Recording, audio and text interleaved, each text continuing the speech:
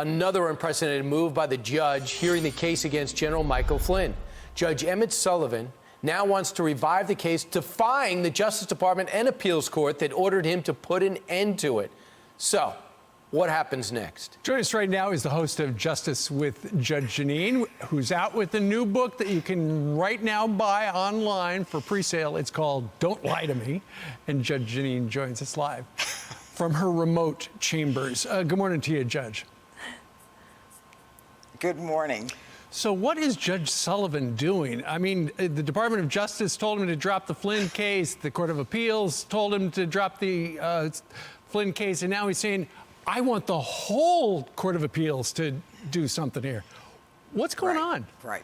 You know, what's amazing about Judge Sullivan is that he has taken this case to the extreme that has made it so clear that he is nothing more than a political operative who's doing everything he can to keep the Flynn case open, at least through the election. Let me explain something. When Flynn sought a writ of mandamus, which is essentially a request that this particular judge do what is required of him to do, a basic ministerial act, when both the prosecution of the Department of Justice and the defense, Michael Flynn, agree there is no controversy here, the judge must dismiss the charges. This judge refuses to do it, and what's amazing to me, guys, and Emily, is that this judge is a trial judge. He digs in and he says the D.C. Circuit Court of Appeals is not sufficient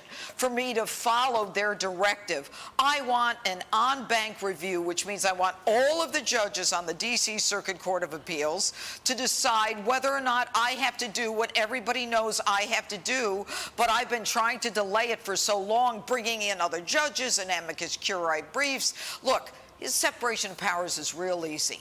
You got a prosecution, you've got the judge. The judge is not the prosecutor.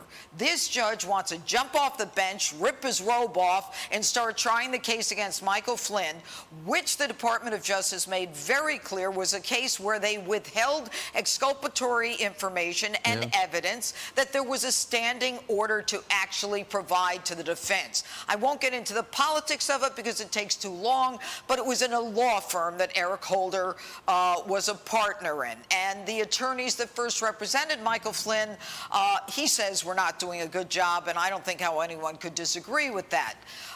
And so what you've got is an extension of this case for Michael Flynn. It's sad, it's pathetic, and this judge has shown what a political operative he is.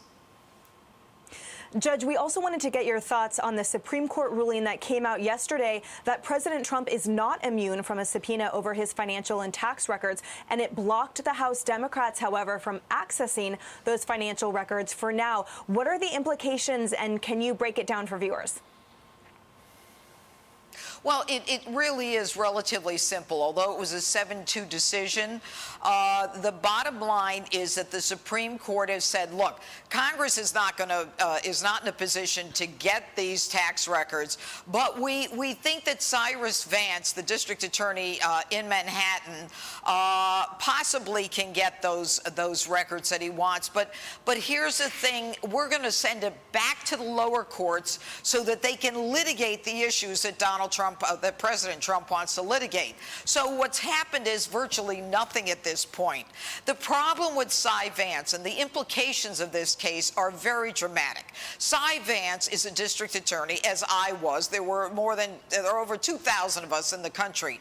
You mean to tell me that every time a district attorney doesn't like a sitting president, that he or she can issue a grand jury subpoena based on some allegation from someone in their jurisdiction that the president has done something wrong?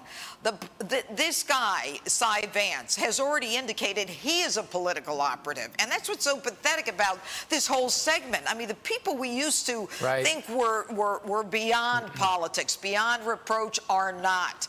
Cy Vance is the guy who ignored Harvey Weinstein complaints for years, even one that the NYPD put together. All you had to do, Emily, was take it to the jury and tell them, you know, go into the deliberation room. Cy Vance is the same guy who this week I found a memo, an internal memo to his office, basically saying, let's go easy on the protesters, but let's be proactive on those cops. And if you can get a protester to testify against a cop, then we can start charging these cops with police misconduct, which translates into, and then they can sue the city, and we can take the city down even further. And the mayor says you can't go to the mayor says no parades. Real quick, Judge. The mayor, the mayor of this city said no parades, no big gatherings, but you can protest.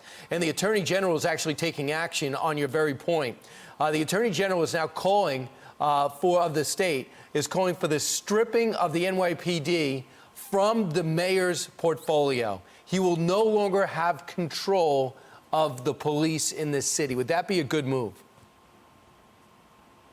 I don't know that it would be a good move, because what you've got now is with this mayor, it would be a great move, but then you have to look at what the option is. Look, this mayor does not have the backs of the police. This mayor has indicated that, in fact, he has no use for the police.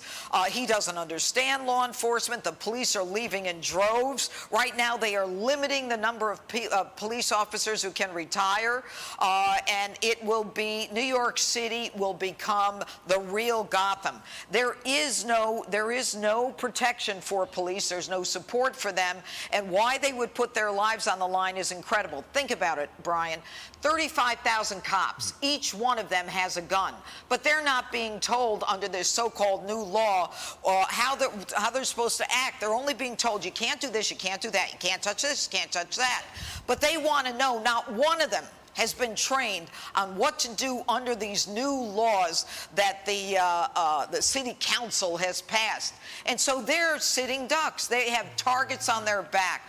And it is a shame, and it's the blame of de Blasio, Bozo de Blasio.